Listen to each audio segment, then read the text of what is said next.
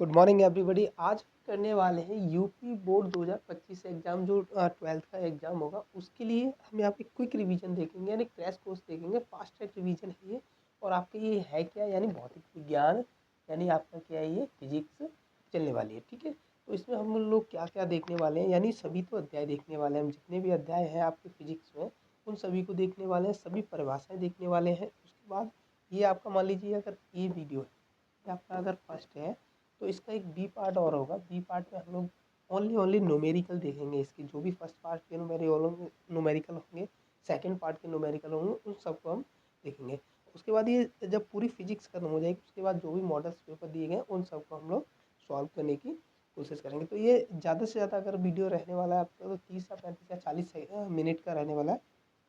तो उस हिसाब से हम लोग यहाँ एक क्विक रिवीजन में पूरी अपनी फिजिक्स खत्म करने की 12th की कोशिश करेंगे। ठीक है, तो टॉपिक हमारा क्या है? फिजिक्स में पहला टॉपिक है वैद्युत आवेश क्षेत्र एवं वैद्युत विद्युत। ठीक है, तो चलो इसको हम लोग आज स्टार्ट करते हैं। ठीक है, तो चलो देखो, अब जो 12th का आपका फिजिक्स है वो कहाँ से स्टार्ट करना है? वैद्युत आवेश, इलेक्ट्रिक चार्ज। तो देखो इलेक्ट्रिक चार्ज होता क्या है, जैसे दे रखा है विद्युत आवेश पदार्थ का वह गुण है जिसके कारण वह विद्युत प्रभाव उत्पन्न करता है या उसका अनुभव करता है। मान लीजिए कोई भी ऑब्जेक्ट है उसमें कुछ ना कुछ मास होता है यानी द्रव्यमान होता है और उसमें कुछ ना कुछ इलेक्ट्रिक चार्ज होता है जिसके कारण वो किसी भी वस्तु को अपनी ओर आकर्षित कर सकता है या प्रतिकर्षित कर सकता है। ठीक है, तो वैसे यहाँ भी देखा गया है इसका अनुभव करता है। वैद्युत आवेश एक सदिश राशि है यानी कोई वैद्युत आवेश पदार्थ का वह गुण है, कोई भी ऑब्जेक्ट है उसका वह गुण है जिसके कारण वो किसी भी वस्तु को अपनी ओर आकर्षित कर सकता है या प्रतिकर्षित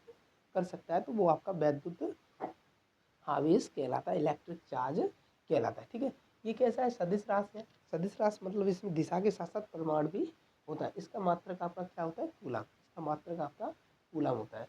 अब ये आवेश हम देखते हैं तो एक आपका पॉजिटिव आवेश होता है, ठीक है, और एक कैसा होता है आपका नेगेटिव चार्ज होता है। ठीक है, एक आपका पॉजिटिव चार्ज होता है और एक नेगेटिव चार्ज होता है। इलेक्ट्रॉन पर ऋण आवेश, तो ये कैसा होगा आपका? इलेक्ट्रॉन क्योंकि ऋण आवेश है, तथा प्रोटॉन पर आपका धन आवेश होता है। तो ये क्या है आपका? प्रोटॉन, यानी यहाँ पे धन आवेश होता है।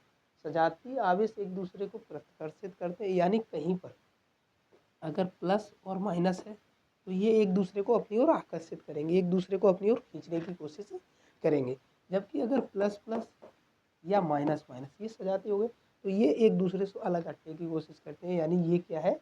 एक दूसरे से विपरीत जाने की कोशिश करते हैं। ठीक है, ये कैसे होता है? आपके एक दूसरे से विपरीत जाने की कोशिश करते हैं। ठीक है, अब वहाँ दे रखा है सजातीय आवेश एक दूसरे को प्रतिकर्षित जबकि विजातीय आवेश एक दूसरे को आकर्षित करते हैं। अब हम देखते हैं वैद्युत आवेशों के मूलभूत गुण यानी वैद्युत आवेशों के मूलभूत गुण क्या है। ठीक है, तो पहला देखो क्या दे रखा है? आवेश का संरक्षण। आवेश संरक्षण के नियमानुसार किसी विलगित निकाय में कुल आवेश नियत रहता है यानी आवेश को ना तो उत्पन्न किया जा सकता है ना ही आवेश को विनाश किया जा सकता है यानी ना ही आवेश को खत्म किया जाता है। उसे सिर्फ एक चार्ज से दूसरे ऑब्जेक्ट में ट्रांसफ़र किया जा सकता है। मान लीजिए इधर कोई ऑब्जेक्ट है, इधर कोई ऑब्जेक्ट, आप बोलो कि यहाँ से इसको ख़त्म कर दूँ मैं, यहाँ पे बना लूँ, नया आवेश नहीं बनेगा। ये सिर्फ एक दूसरे से ट्रांसफ़र किया जा सकता है। इसी को हम आवेश संरक्षण का नियम कहते हैं। आवेश संरक्षण का नियम बेसिकली है क्या कि ना तो आवेश को उत्पन्न किया जा सकता है और ना ही आवेश को खत्म किया जा सकता है। ठीक है, फिर आता है आपका आवेश का क्वांटीकरण। प्रकृति में प्रत्येक आवेशित वस्तु पर आवेश एक निश्चित एवं न्यूनतम आवेश का पूर्ण गुणज होता है जिसे हम मूल आवेश कहते हैं। इसे ई से प्रदर्शित करते हैं। आवेश का यह गुण आवेश की क्वांटम प्रकृति अथवा आवेश का क्वांटीकरण कहलाता है। किसी आवेशित वस्तु पर आवेश का परिणाम अगर Q है तो हम क्या निकालेंगे? Plus minus N E. N है यहाँ पे इलेक्ट्रॉनों की संख्या और ई का मान आपका क्या होता है? इलेक्ट्रॉन ई का मान क्या होता है? 1.6 की पावर 19 कूलम।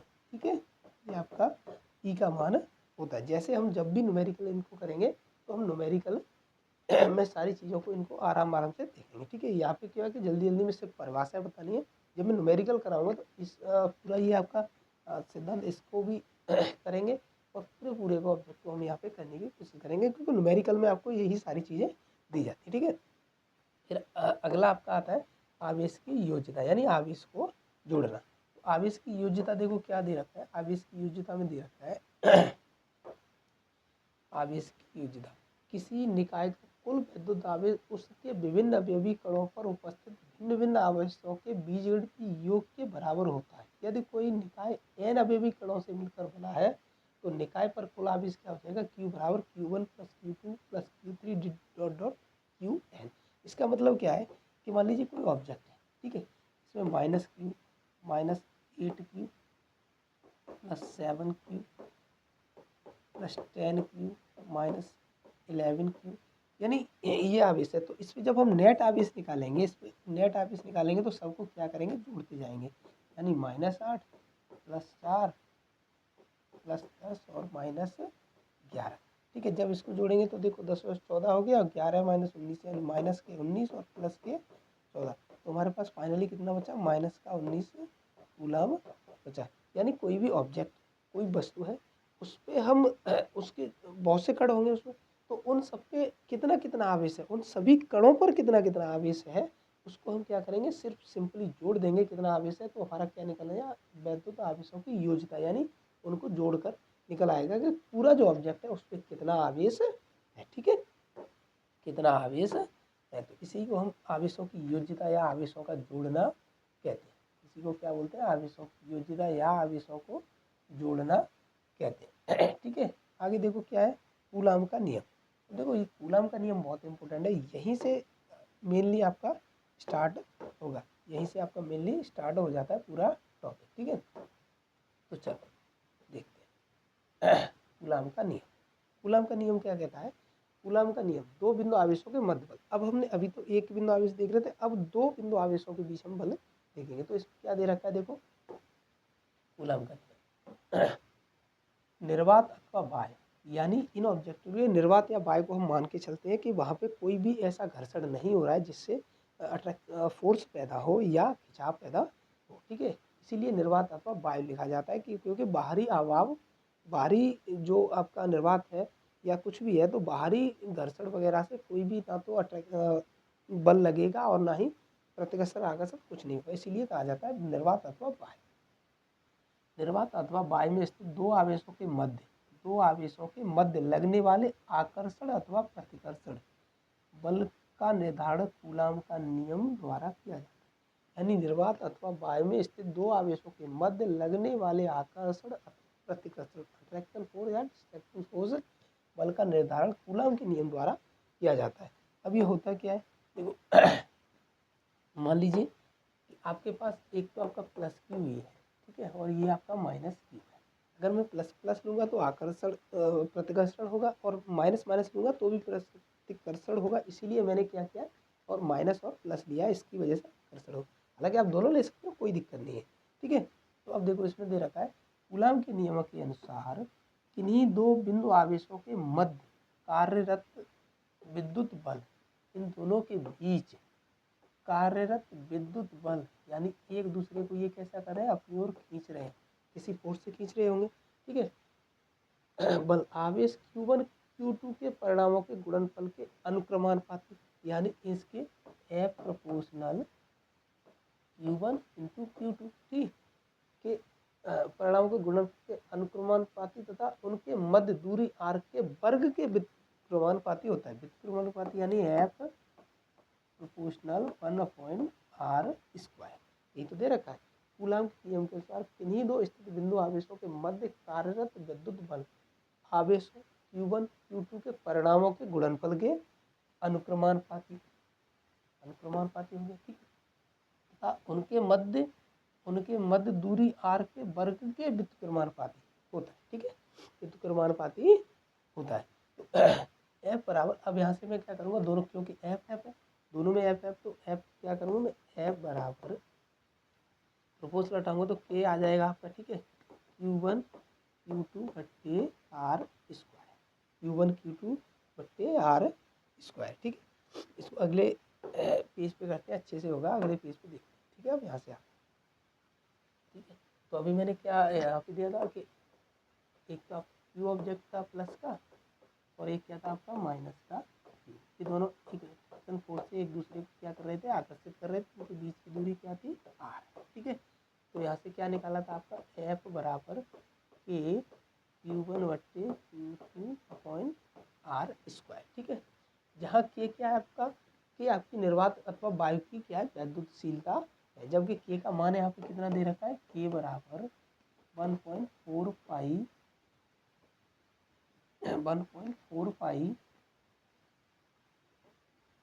के बराबर दे रखा है 1.4 पाई एप्सिलॉन 0। ठीक है, इसका मान कितना होता है 19 इंटू 10⁻9 न्यूटन मीटर प्रति कूलाम स्क्वायर।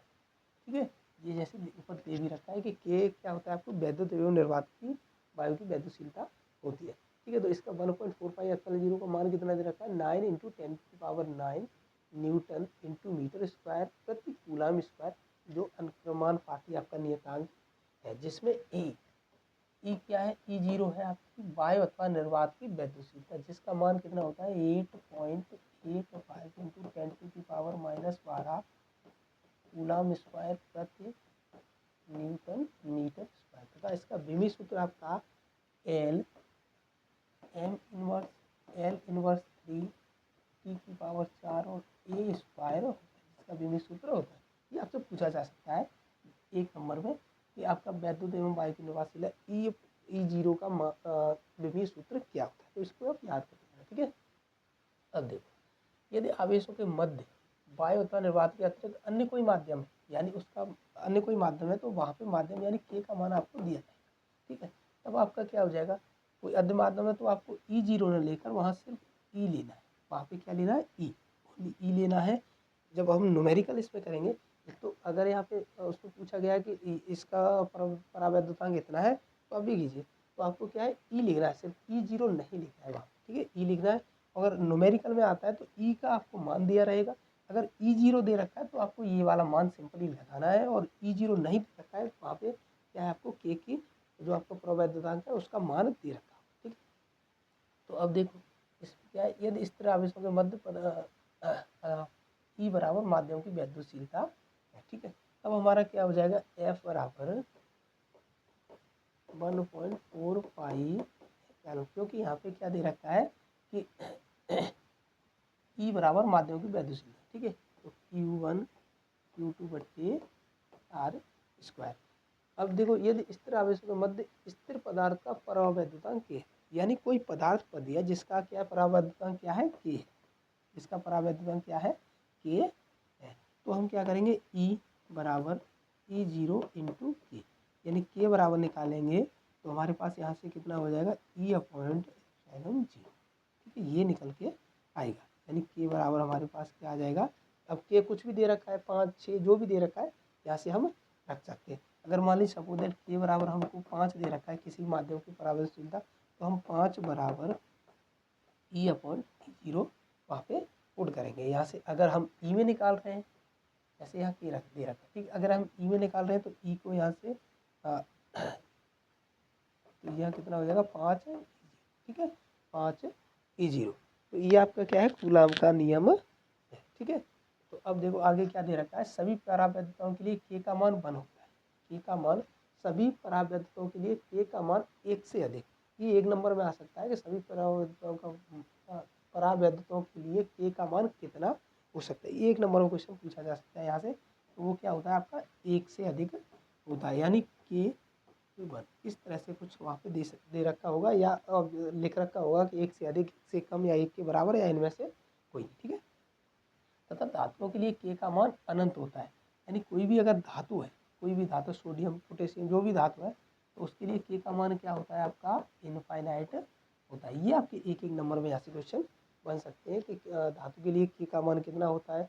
ठीक है, या सभी परावैद्युताओं के लिए के का मान कितना होता है। ठीक है, ये आपके एक नंबर में क्वेश्चन बन सकते हैं। अब हम देखते हैं बहुत बलों के मध्य बल, यानी बहुत से आवेश हैं उनके मध्य बल किस प्रकार से लगेगा। बहुत से बल हैं उनके मध्य आवेश वो क्या लगेगा, मध्य बल कैसे कितना लगेगा, उसी को हम अध्यारोपण का सिद्धांत भी बोलते हैं। उसको क्या बोलते हैं, अध्यारोपण का सिद्धांत बोलते हैं। जैसे यहाँ दे रखा है, बहुत बहुल आवेशों के मध्य बल, यानी इसका कहने का मतलब क्या है कि इस सिद्धांत के अनुसार किसी बिंदु आवेश पर अन्य बिंदु आवेशों के कारण, किसी बिंदु आवेश पर यानी कोई एक बिंदु आवेश है, उस पर अन्य बिंदु आवेश के कारण लगने वाला परिणामी बल उस बिंदु आवेश पर प्रत्येक आवेश द्वारा लगाए गए अलग अलग बलों का सदिश योग होता है। मान लीजिए मेरा कोई यहाँ पे एक ऑब्जेक्ट है, ठीक है, यहाँ पे क्यू है, ठीक है। अब यहाँ पे Q plus minus plus Q ये आवेश है। अगर ये दोनों फोर्स लगा रहे हैं, ये आपका प्लस है तो ये कैसे प्रतिकर्षित करेगा, एक दूसरे को क्या करेगा, प्रतिकर्षित, यानी एक दूसरे को अलग हटाएगा। ये आपका आकर्षण करेगा, ठीक। और ये कैसा करेगा, ये भी आपका प्रतिकर्षण करेगा। तो इसका सिंपली कहने का मतलब क्या है कि मान लीजिए ये पॉइंट है, ये बी है, ये सी है और डी है। इसका मतलब है बी सी और डी, बी सी द्वारा ए पर लगाया गया फोर्स कैसा होगा, आपके उन सभी सदिश बलों के योग के बराबर होगा। मान लीजिए यहाँ पे आपका कितना है 8 है, यहाँ पे -9 है और यहाँ पे कितना है आपका 6 है, -6 है। तो परिणामी बल हम कैसे निकालेंगे, F बराबर, अब हमको दे रखा है पूरा बल, यानी ए पॉइंट पे हम बल निकालेंगे तो कैसे करेंगे, इन सबको हम जोड़ देंगे, यानी सभी बलों को हम जोड़ देंगे। तो यहाँ पे -6 है, +9 है और +8, ठीक है। इसको दोनों को 7 दूनी 8 दूनी 16, 1 17, माइनस का 6 और प्लस का 17, यानी आपको 11, यानी फोर्स कितना निकला 11, ये पॉइंट पर कितना निकला 11 न्यूटन आपका बल लगेगा इन तीनों। इसी को हम बहुत आवेशों के मध्य अध्यारोपण का सिद्धांत, इसी को हम बोलते हैं कि किसी एक ऑब्जेक्ट पर काफ़ी आवेशों के द्वारा, किसी एक आवेश पर बहुत से आवेशों के द्वारा लगाए गए बल को हम कैसे निकाल सकते हैं कि एक बल और सभी बलों को जोड़ना घटा जो भी इस पर दे रखा है ऐसा कर सकते हैं, ठीक है। तो इसी को हम अध्यारोपण का सिद्धांत बोलते हैं। अब देखते हैं हम वैद्युत बल रेखा, वैद्युत बल रेखा। बेसिकली वैद्युत बल रेखाएं होती क्या है आपकी, देखो वैद्युत बल रेखा क्या है, वैद्युत क्षेत्र के प्रदर्शन के लिए फैराडे ने वैद्युत बल रेखाओं का सुझाव दिया।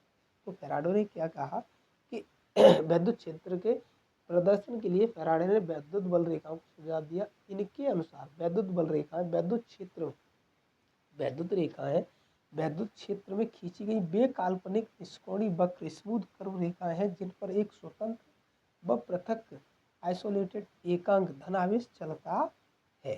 धनावेश कैसा होता है, चलता है। यानी वैद्युत आवेश आपका होता क्या है कि मान लीजिए कोई ऑब्जेक्ट है, ठीक है, मान लीजिए प्लस क्यू है, तो क्या होगा, इसमें वैद्युत बल रेखाएं आपकी आती हुई प्रतीत होंगी, इसमें क्या होगा, आती हुई प्रतीत होंगी, ठीक है। तो इसी को हम वैद्युत बल रेखाएं कहते हैं, जिनको हम आगे बहुत अच्छे से पढ़ेंगे, आगे वाले टॉपिक में इनको बहुत अच्छे से हम लोग देखेंगे, यहाँ सिर्फ थोड़ा सा बताया गया है इनके बारे में, ठीक है। अब देखो आगे क्या है आपका वैद्युत क्षेत्र यानी इलेक्ट्रिक एनर्जी, आगे क्या है आपका वैद्युत क्षेत्र। तो देखो वैद्युत क्षेत्र होता क्या है, बेसिकली वैद्युत क्षेत्र आपका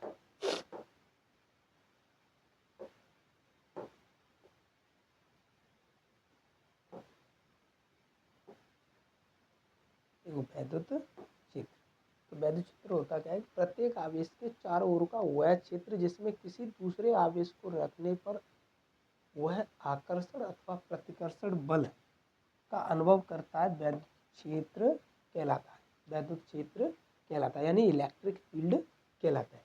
तो इलेक्ट्रिक फील्ड, ठीक है, इलेक्ट्रिक फील्ड। तो देखो बेसिकली वैद्युत क्षेत्र होता है क्या है कि प्रत्येक आवेश, मान लीजिए कोई ये आवेश है, ठीक है, उसके चारों ओर का वह क्षेत्र जिसमें कोई अन्य में जब भी आवेश, मान लीजिए यहाँ से ला रहा हूँ या यहाँ से कहीं से भी ला रहा हूँ, तो वो क्या करता है, एक आकर्षण प्रतिकर्षण बल का अनुभव करने लगता है, उसी को हम वैद्युत क्षेत्र बोलते हैं। मान लीजिए आपका प्लस क्यू आवेश यहाँ पे रखा है, ठीक है, अब मैं कोई Q0 आवेश यहाँ पे ला रहा हूँ, तो अगर ये प्लस है और यहाँ भी प्लस वाला ला रहा हूँ मैं, क्या करेगा, एक दूसरे को प्रतिकर्षित करेगा। जब तक मैं इसकी रेंज से बाहर हूँ तब तक ये क्या करेगा, आराम से चलता जाएगा, और जैसे ही मैं इसकी रेंज के बॉर्डर पे आऊँगा तो अंदर ले जाऊँगा तो ये कैसा करेगा, दूर को भागने की कोशिश करेगा, यानी उसके नहीं पास जाएगा। उसी के ऑब्जेक्ट अगर मैं माइनस का लाता हूँ, क्योंकि ये प्लस का है ये माइनस का है, तो ये जैसे ही मैं इसके बॉर्डर पे लाता हूँ तो ये आराम से चिपक जाएगा। इसी को हम वैद्युत क्षेत्र कहते हैं, इलेक्ट्रिक फील्ड कहते हैं। कि प्रत्येक आवेश के चारों ओर, मान लीजिए ये आवेश प्लस क्यू है, इसके चारों ओर का इतना क्षेत्र मान लीजिए इसके क्षेत्र में आता है, तो ये क्या करेगा, जैसे ही मैं इसको यहाँ तक लेके आऊँगा, इसको यहाँ से यहाँ तक लेके आऊँगा, तो ये क्या करेगा, कोई रिएक्ट नहीं करेगा। जैसे ही मैं इसके बॉर्डर पे लाऊंगा तो ये दूर को भागने की कोशिश करेगा, क्योंकि यहाँ भी प्लस है, यहाँ भी प्लस है, सजातीय आवेश है, तो ये दूसरे को प्रतिकर्षित करेंगे। उसी के अपोजिट में अगर ये माइनस का है, ये प्लस का है, तो मैं जैसे ही इसको यहाँ पे बॉर्डर पे लाऊंगा तो ये क्या करेगा, एक दूसरे को अपनी ओर खींचने की कोशिश करेगा, यानी आकर्षण करेगा। उसी को हम क्या बोलते हैं, वैद्युत क्षेत्र बोलते हैं। यानी कोई भी आवेश है उसके चारों ओर का वह क्षेत्र, कोई आवेश है उसके चारों ओर का वह क्षेत्र जिसमें किसी दूसरे आवेश को लाने पर वह आकर्षण अथवा प्रतिकर्षण बल का अनुभव करता है, वैद्युत क्षेत्र कहलाता है, यानी इलेक्ट्रिक फील्ड कहलाता है। ठीक है, अब देखना वैद्युत क्षेत्र की तीव्रता। अब हमने वैद्युत क्षेत्र देख लिया क्या है। ठीक है, अब हम देखेंगे कि इस ऑब्जेक्ट पे ला रहे हैं, तो यहाँ पे अगर मान लीजिए -8 आपका कूलम आवेश रखा है, या +12 रखा है, या कितना भी रखा है, तो वो दूसरे आवेश को लाने पर कितना आकर्षण अथवा प्रतिकर्षण बल का अनुभव करेगा, इसी को हम न्यूमेरिकल फॉर्म में देखें। ठीक है, तो अब यहाँ पे क्या निकालेंगे, वैद्युत क्षेत्र की तीव्रता। अब यहाँ से एक सिंपली लॉजिक है आपका कि तीव्रता जितनी ज़्यादा होगी बल भी उतना ज़्यादा लगाना पड़ेगा। अगर मान लीजिए यहाँ पे बहुत बड़ा आवेश रख दिया जाए जिसका क्या है आपका आवेश बहुत ज़्यादा है, तो ये यहीं से अनुभव करने लगेगा, क्योंकि उसका क्षेत्र बढ़ गया। और थोड़ा है तो वो यहाँ से ना यहाँ पे हो जाएगा। ठीक है, तो इसी को हम लोग यहाँ पे देखेंगे। देखो, अब देखो क्या दे रखा है आगे, वैद्युत क्षेत्र की तीव्रता हम लोग कैसे निकालते हैं। दे रखा है किसी वैद्युत क्षेत्र में किसी बिंदु पर रखे परीक्षण आवेश पर लगने वाले बल F, परीक्षण आवेश पर लगने वाले, और परीक्षण आवेश यहाँ पे मैं Q0 मान लेता हूँ। ठीक है, Q0 वैद्युत क्षेत्र में किसी बिंदु पर रखे परीक्षण आवेश पर लगने वाले बल F तथा परीक्षण आवेश Q0 की निष्पत्ति को उस बिंदु पर वैद्युत क्षेत्र की तीव्रता कहते हैं। इसे E से प्रदर्शित कर सकते हैं। ठीक है, अब इनका कहने का मतलब क्या है कि वैद्युत क्षेत्र में किसी बिंदु पर रखे परीक्षण आवेश पर लगने वाले बल, यानी यहाँ पे अगर आपका +Q है, +Q आवेश है, परीक्षण आवेश मैंने Q0 मान लिया। ठीक है, मान लीजिए ये भी प्लस है, तो इसका क्षेत्र कितना है, कितना बल लग रहा है, यानी कितनी बल से ये एक दूसरे को प्रतिकर्षित करेंगे, वही तो है, प्रतिकर्षित करेंगे, क्योंकि यहाँ भी प्लस का है, यहाँ भी प्लस का है। परीक्षण आवेश Q0 पर की निष्पत्ति को इस बिंदु पर वैद्युत क्षेत्र की तीव्रता कहते हैं। ठीक है, इसे E से प्रदर्शित करते हैं। तो E बराबर क्या हो जाएगा, E बराबर F/Q0। यहाँ से देखो F क्या है, F आपका डायरेक्टली प्रोपोर्शनल है E के, यानी F यहाँ पे मतलब क्या है कि F यानी बल जितना ज़्यादा होगा, बल जितना ज़्यादा लग रहा है उतनी ही ज़्यादा आपकी क्या है, वैद्युत क्षेत्र है, उतना ही ज़्यादा वैद्युत क्षेत्र की तीव्रता है, और तीव्रता जितनी ज़्यादा है उतना ही क्या है आपका E0। अगर हम Q0 को कम करते जाएंगे तो एक बिंदु ऐसा आ जाएगा कि E और F बराबर हो जाएंगे। वहीं पे क्या हो जाएगा, दोनों आवेश हैं वो अगर आकर्षण कर रहे हैं तो चिपक जाएंगे, और प्रतिकर्षण कर रहे हैं तो एक दूसरे के क्षेत्र से बाहर निकल जाएंगे। ठीक है, एक दूसरे के क्षेत्र से बाहर निकल जाएंगे। ठीक है, आगे जैसे दे रखा है कि वैद्युत क्षेत्र की तीव्रता एक सदिश राशि है। अब हमने यहाँ पे क्या निकाला था, E बराबर F/Q0। तो E अगर ज़्यादा है तो आपका F भी ज़्यादा होगा, बल भी ज़्यादा लगेगा। ठीक है, और E अधिक है, तो Q0 क्या होगा आपका, कम होगा, यानी परीक्षण आवेश कम होगा। इनमें सीधा सीधा रिलेशन होता है। ठीक है, तो वैद्युत क्षेत्र की तीव्रता एक कैसी है, सदिश राशि है। वैद्युत क्षेत्र की तीव्रता कैसी है आपकी, सदिश राशि है। इसमें दिशा के साथ साथ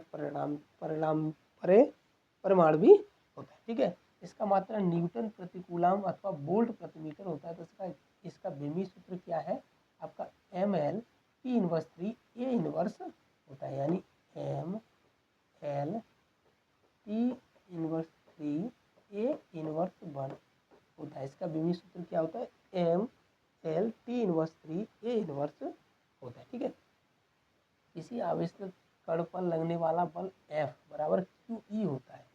कोई भी आवेश है, आवेश कण पर लगने वाला बल F क्या होता है आपका, QE होता है। कोई मान लीजिए कोई आवेश है आपका, किसी आवेशित कण है, ये आवेशित कण पर जो बल लगेगा वो क्या होता है आपका, F बराबर QE होता है। यहाँ E क्या है आपकी वैद्युत क्षेत्र की तीव्रता है, और Q क्या है आपका आवेश है, आवेश है।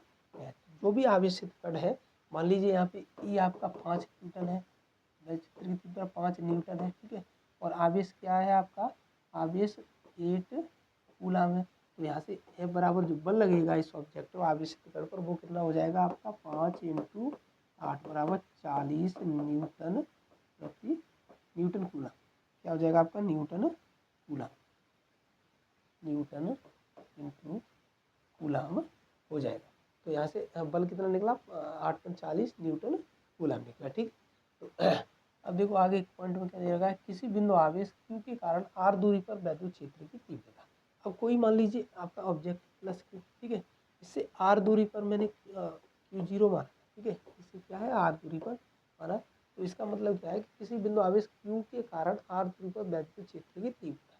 अब हमें यहाँ से इसके Q0 और Q के बीच में तीव्रता निकालनी है, कितनी है, तो हम किस प्रकार से निकाल सकते हैं, E बराबर, हमने अभी क्या देखा था, F बराबर Q0, ठीक है, बट हम F कूलम के नियम से पढ़ चुके हैं 1.4 पाई एप्सिलॉन 0 Q1 Q2 बट्टे R स्क्वायर, ये हम पहले पढ़ चुके हैं, ठीक है, यानी कूलम के नियम में। तो सिंपली उसका मान रख दो आप, F E बराबर 1.4 पाई एप्सिलॉन 0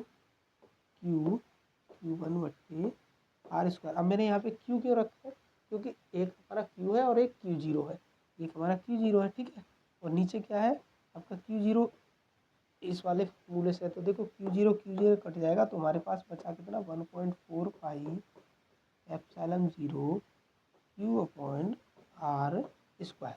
वैद्युत क्षेत्र की तीव्रता क्या है आपकी, E बराबर 1.4 पाई एप्सिलॉन 0 Q/R स्क्वायर। अब सिंपली हम यहाँ से सारी चीज़ों को रख के न्यूमेरिकल निकाल सकते हैं। यहाँ से हम सिंपली सारी चीज़ों को रख के हम न्यूमेरिकल निकाल सकते हैं। E बराबर 1.4 पाई एप्सिलॉन 0 Q/R स्क्वायर, ठीक है। तो किसी भी ऑब्जेक्ट पर वैद्युत क्षेत्र की तीव्रता कितनी होगी, E बराबर 1.4 पाई एप्सिलॉन 0 Q/R स्क्वायर होती है, ठीक है। इसको हम न्यूमेरिकल में हल करेंगे ना, तो आपको E की निकल वाला है या Q दे रखा है, R दे रखा है, क्या दे रखा है वो होगा। अब यहाँ से कुछ देख लेते हैं, तो E बराबर हमारा Q के बराबर, E बराबर Q हो जाएगा, ठीक है। यानी यहाँ से मतलब क्या है कि Q जितना स्ट्रांग होगा, यानी जो आपका आवेशित बिंदु है वो जितना ज़्यादा होगा, वो देखो E बराबर Q निकला है और E बराबर 1.R स्क्वायर है, R स्क्वायर। तो इसका मतलब क्या हुआ कि E जितना स्ट्रांग हो, वैद्युत क्षेत्र जितना स्ट्रांग होगा, उतना ही आपका बिंदु आवेश भी बहुत ज़्यादा होगा, ज़्यादा परिमाण का होगा, ठीक है। या हम कह सकते हैं कि Q अगर ज़्यादा है तो वैद्युत क्षेत्र की तीव्रता भी अधिक होगी। और E जितनी दूरी बढ़ती जाएगी, जितनी दूरी बढ़ती जाएगी तो वैद्युत क्षेत्र की तीव्रता कैसी होती जाएगी, कम होती हुई जाएगी, ठीक है।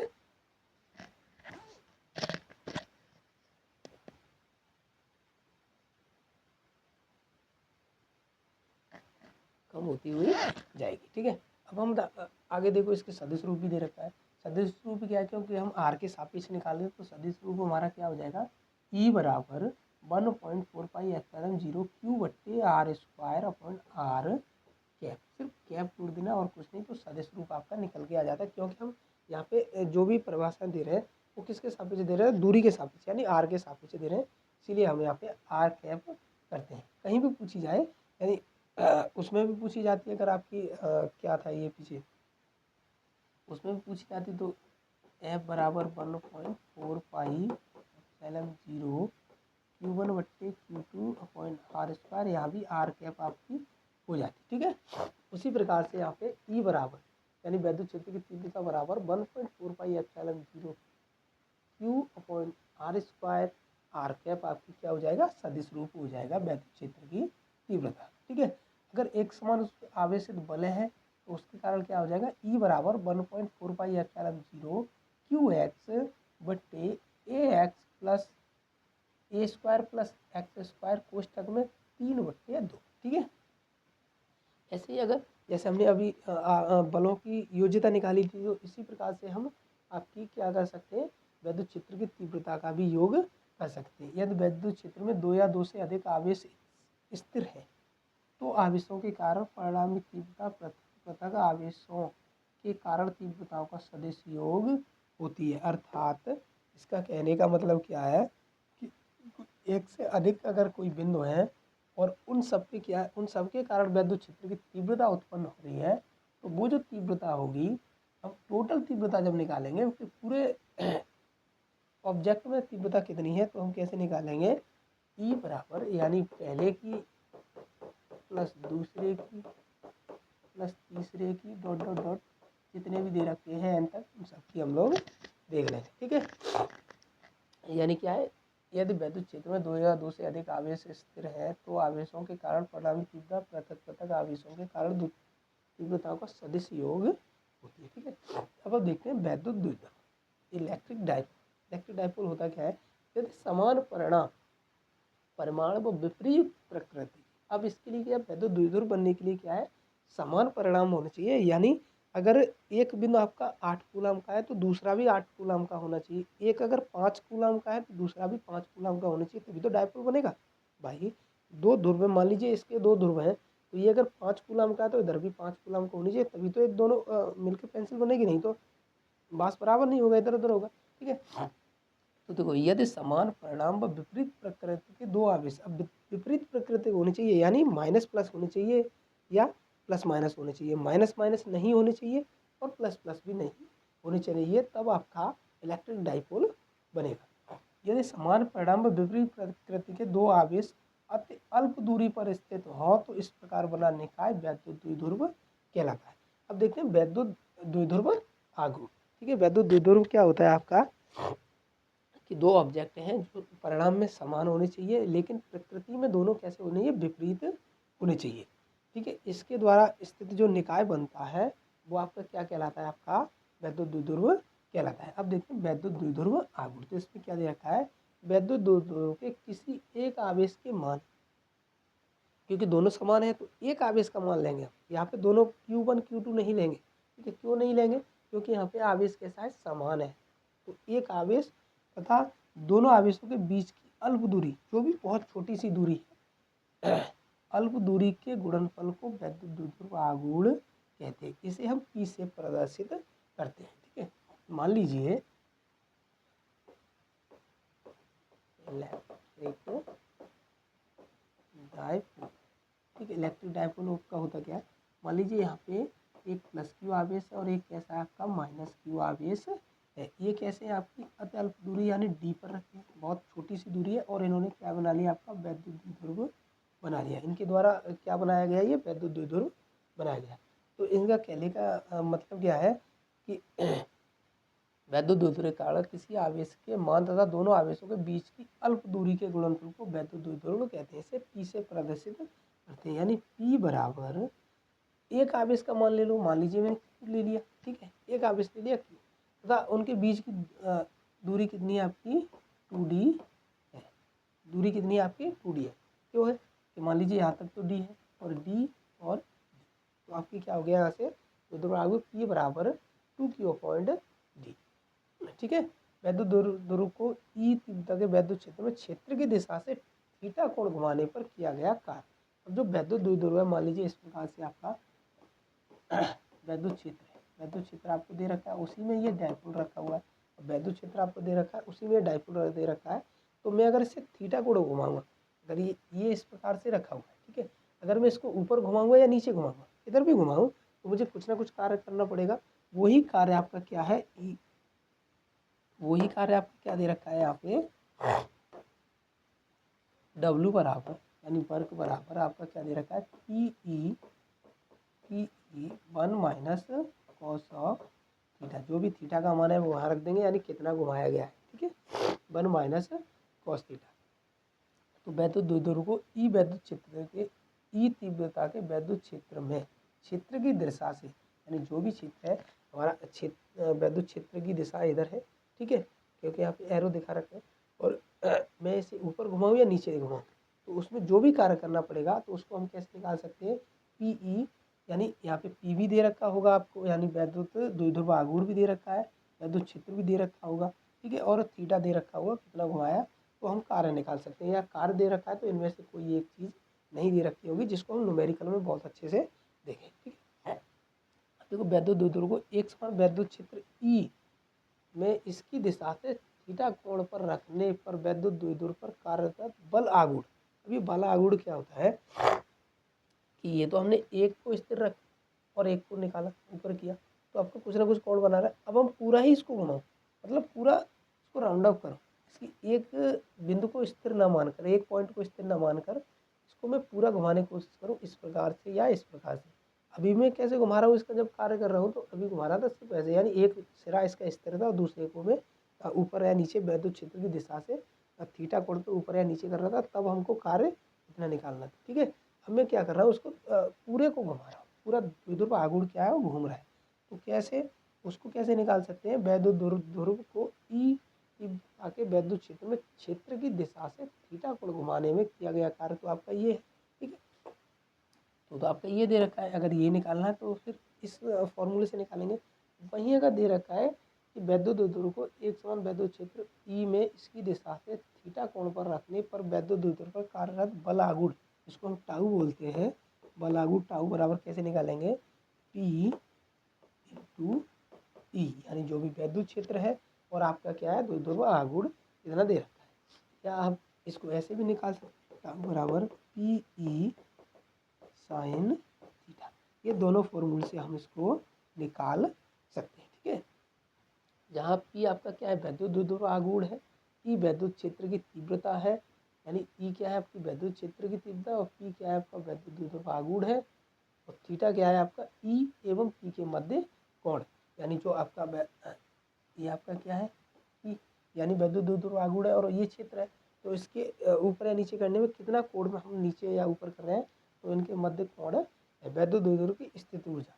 तो हम देखो स्थित ऊर्जा कैसे डिफाइन कर सकते हैं, वैद्युत द्विध्रुव है उसमें कितनी स्थित ऊर्जा बेसिकली होती क्या है, स्थित ऊर्जा क्या होती है कि कोई भी ऑब्जेक्ट है उसमें पहले से कितनी ऊर्जा स्थिर है, इसी को हम स्थितिज ऊर्जा बोलते हैं। यानी स्थित ऊर्जा कुछ नहीं होती, जब हमने ऑब्जेक्ट को रखा था तो उसमें हमने कितनी ऊर्जा दी थी, जिसके कारण वहाँ पे कोई घुमाने तो नहीं जा रहा है, उसमें कितनी स्थितिज ऊर्जा है जिसके कारण वो अप एंड डाउन हो रहा है, यानी वैद्युत क्षेत्र से ऊपर या नीचे सीधा कोण पर घूम रहा है, उसी को स्थितिज ऊर्जा बोलते हैं। तो वैद्युत द्विध्रुव की स्थितिज ऊर्जा हम लोग कैसे फाइंड कर सकते हैं, देखो स्थितिज ऊर्जा you zero minus P E, जब इसकी दिशा ई के समानांतर हो, यानी कोई भी आपको ई है, ठीक है, वैद्युत क्षेत्र की दिशा इधर है और आपका ये क्या है वैद्युत द्विध्रुव आघूर्ण, ये आपका क्या है वैद्युत द्विध्रुव आघूर्ण प्लस माइनस।